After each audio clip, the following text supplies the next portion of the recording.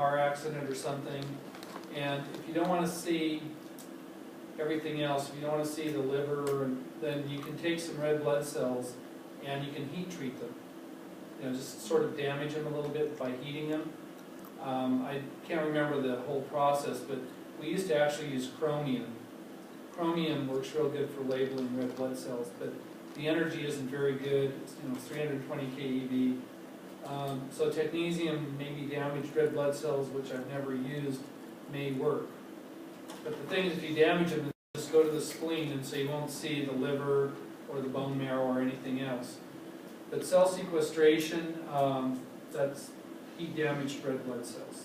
Okay? In the textbook it says white blood cells. I've never damaged white blood cells. I don't know where they would go if they were heat damaged, but the red blood cells work the best.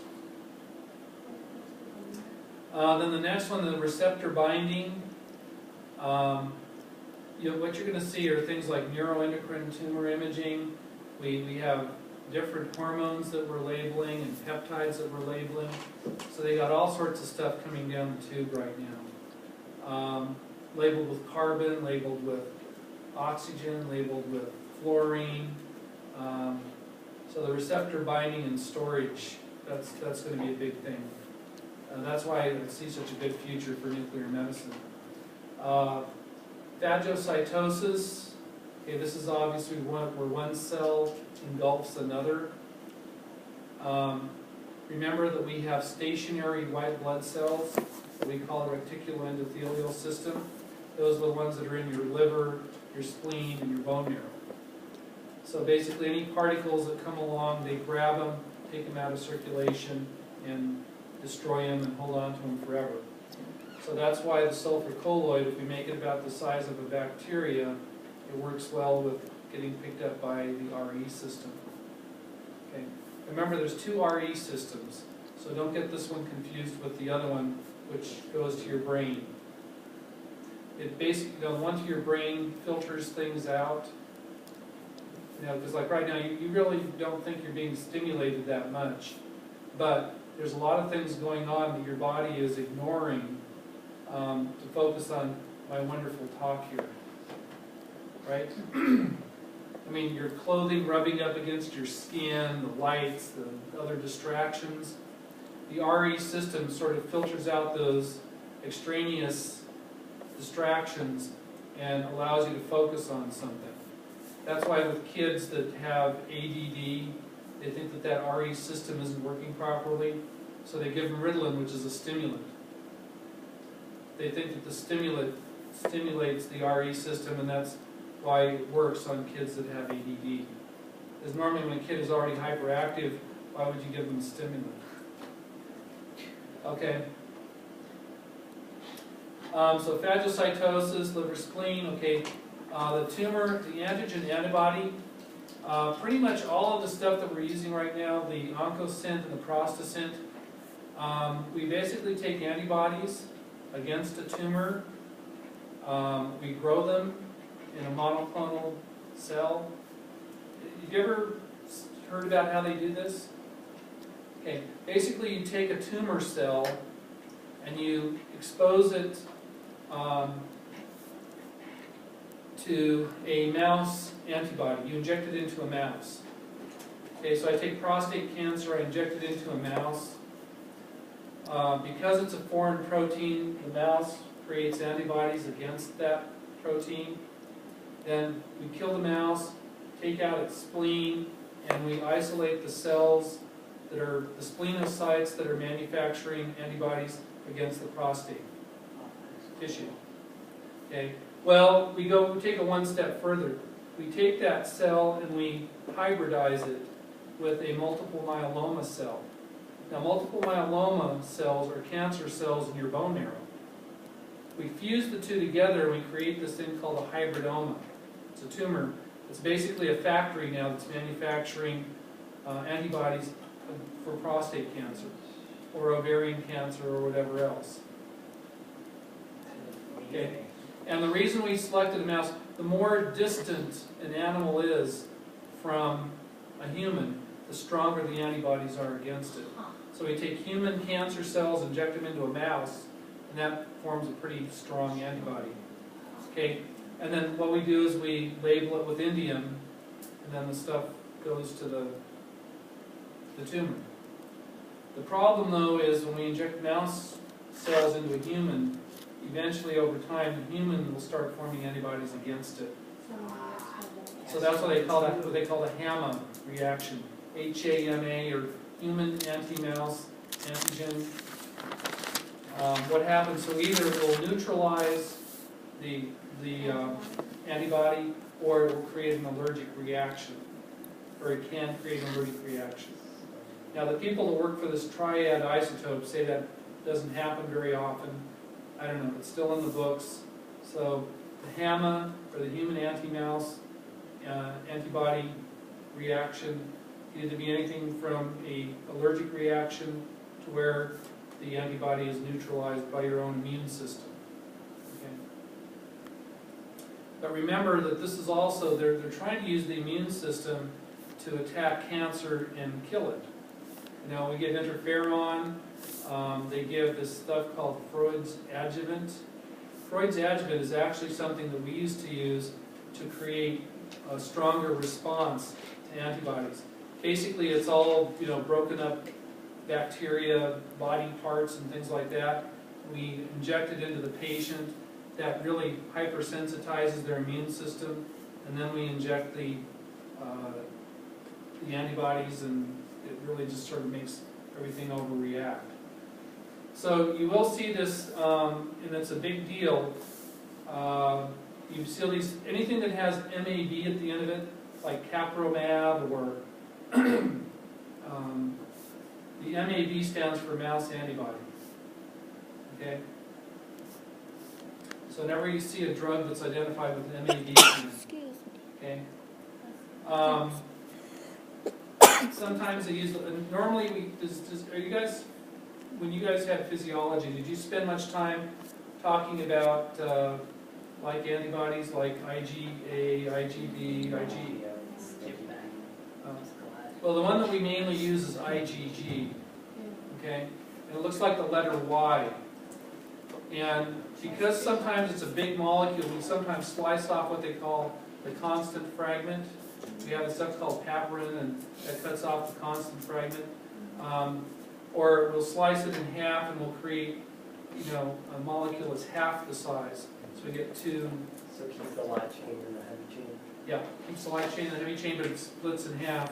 So we have a smaller molecule, so it can go to areas that it would normally not be able to get into. So for that, and then the last thing that we'll talk about before I let you go, the combined mechanism. And I'll send this to you guys. But this is actually just already in the book. It's on that one chapter there. This is on page 4. Yeah, chapter, I think 1, chapter 1. This is cool. Oh, yeah, we get into this stuff, man, you guys are going to be... You get your MD at the end of this class. Monoclonal antibody tests, you can only do it once, right? Yeah. Theoretically, now, I mean, if you talk to the people that manufacture this stuff, they say that they haven't really had problems with it. But then again, if I'm selling you this stuff, of course I'm not going to have problems with So it. if they were to identify all the receptors for like breast cancer, then we could actually image that, right? Well, that's what they're That's working what on. they've done with PSA, right? Yeah. Yeah, with the prosthetic specific antigen. How expensive is it to do that? Because it has to be like individualized for every single person, every type of cancer. Well, that's the trouble, is that they haven't done that. But see, now what they're talking about is what they call nanotechnology, where they are customizing drugs and antibodies and things specifically for that person. How expensive is that? Yeah. Well, I mean, if you figure out what the course of treating cancer would normally be, if you take into account the chemotherapy and the radiation therapy and the surgery and everything else, it's probably not that expensive compared to, you know, interferon and all that, I mean, the other stuff. I mean, honestly, like I said, we really don't know what's going to be coming down in the future. But nuclear medicine is kind of way ahead of the game. You know, you guys in your lifetime will probably see a whole bunch of new antibodies. and customized imaging for a patient. But anyway, this last part down here, the combined mechanisms, the myocardial imaging with the tetrophosmine and system-MIBI, perfusion and active transport. Is that the stress test? Yeah, the system-MIBI is sort of like a fatty acid, or it's treated like a fatty acid. When it gets taken into the cell, it just sort of stays there. That's the nice thing about it, because in my day we used thallium. And thallium's not that bad, it's just that the problem was you get a fat person and an 80 keV photon. That's not a good combination. And the thing is, you can't inject more than about 4 millicuries. 2 to 4 millicuries of thallium, because the stuff stays in there so long. It doesn't get excreted. With the advent of system-MIBI and the technetium compounds, then you can now image the large patients. You don't normally have a skinny person with heart disease. Normally it's like a 300 or 400 pounder. So the nice thing is that you can get better pictures and less background with that. But they still use thallium. I mean, if you guys have a patient that they're trying to evaluate, like really poor perfusion, or if you want to do what they call the washout phase. Because normally if I inject thallium, one of the things that they looked at was not only the initial concentration, in the stress part of the chest, but also how much of the thallium washes out.